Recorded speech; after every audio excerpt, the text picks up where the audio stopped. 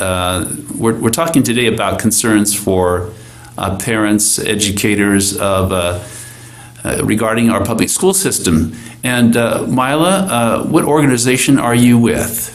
I'm actually with Idahoans for Local Education, and we're just a group of parents, grandparents, taxpayers, and citizens that have been trying to engage with our elected officials and our unelected bureaucrats to kind of sound the alarm on the Common Core standards and the other reforms that they're tied to.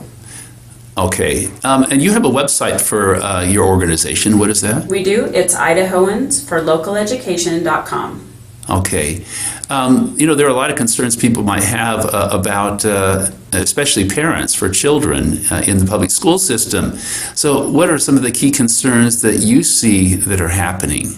My main concern with Common Core right now is the data collection that's tied to it. So when we signed up for Common Core, it wasn't just standards. It was actually 4 pieces of education reform that came from the federal government.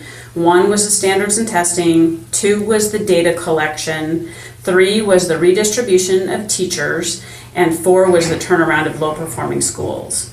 So the Common Core standards themselves were written by 5 people that had never taught in a K-12 classroom. They ignored all kinds of input from actual experts on educational standards writing. And they were never tested, they were never piloted, so they were never proven to actually have the amazing outcomes that have been promised to us as taxpayers. They originally came out and said they were internationally benchmarked, which was just simply not true. So we go back to the original Fordham study where Fordham Institute compared all the state standards across our nation, including Common Core, and Common Core came in the middle as mediocre. So we as Idaho taxpayers are paying full price for mediocre. And Common Core was not actually that much better than Idaho's standards before. So that's one of the biggest concerns for me. The second one is, of course, the data collection. The new aspect of Common Core really came out with the Every Student Succeeds Act, the new federal law that replaces No Child Left Behind. And there's going to be a lot of social emotional learning tied to the Common Core standards. So we're going to see a lot more social justice issues and things tied to the standards. And for instance, in my district, we have the one-on-one laptop devices. So as a parent, if I had not refused participation in that, I would not have seen some of the assignments that I showed you earlier. So it's a way to get the federal government and their wishes between the parent and the student. Okay, now these assignments that happened in Middleton, and what schools in Middleton are having these assignments that you're concerned about? I've gotten assignments from parents in grade school, I've gotten parents from middle school, and I've gotten assignments from high school kids. Okay. Earlier we were talking also about Tom Luna and his involvement with Governor Otter and them signing a document. Did you want to talk about that? I would love to talk about that document. It's actually one of my favorites. It's called the Common Core State Standards Memorandum of Agreement. So most legislators, if you ask them about adopting Common Core, they will say, well, yeah, we voted in 2011 to adopt them, which is kind of true. But actually, in 2009, June of 2009, Tom Luna and Butch Otter, by themselves, signed this agreement to adopt the standards before they were finished. So, sight unseen, we agreed to adopt those. So, there was no legislative oversight. It was almost as if they've taken to ask for forgiveness instead of permission. It's easier that way. Yeah, sometimes we hear of leaders in recess during a time when someone's out of office to make appointments that are very controversial, and they sometimes purposely do this and wait till people are gone. So, I'm curious about what's going to happen later about this issue. I don't know if any other news people have, quizzed Governor Otter or Tom Luna about this. Not that we're aware of. They seem to be pretty well-funded cheerleaders of the ed reforms. So, Okay. in Idahoans for Local Education, you can go on our website and see all the signed documents. We use the original federal grants. We use the state signed documents. So that's where we get our information.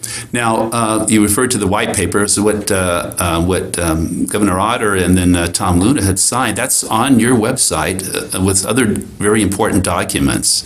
Yeah, we have all the grants, we have all the signature pages, we have all the information on how to refuse the SBAC ISET test, which is a really big issue for us as a group as well. We help parents across the state get their kids to not have to take that test.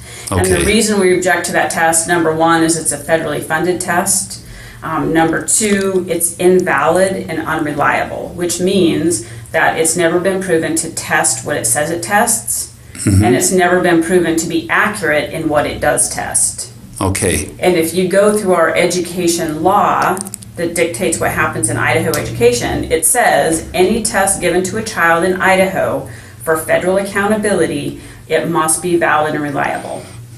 Okay, that SBAC issue, there were superintendents that signed something that you and I were talking about. They signed something in objection. Yeah, we had 13 superintendents actually that stood up originally and wrote a white paper on their objections to the SBAC test.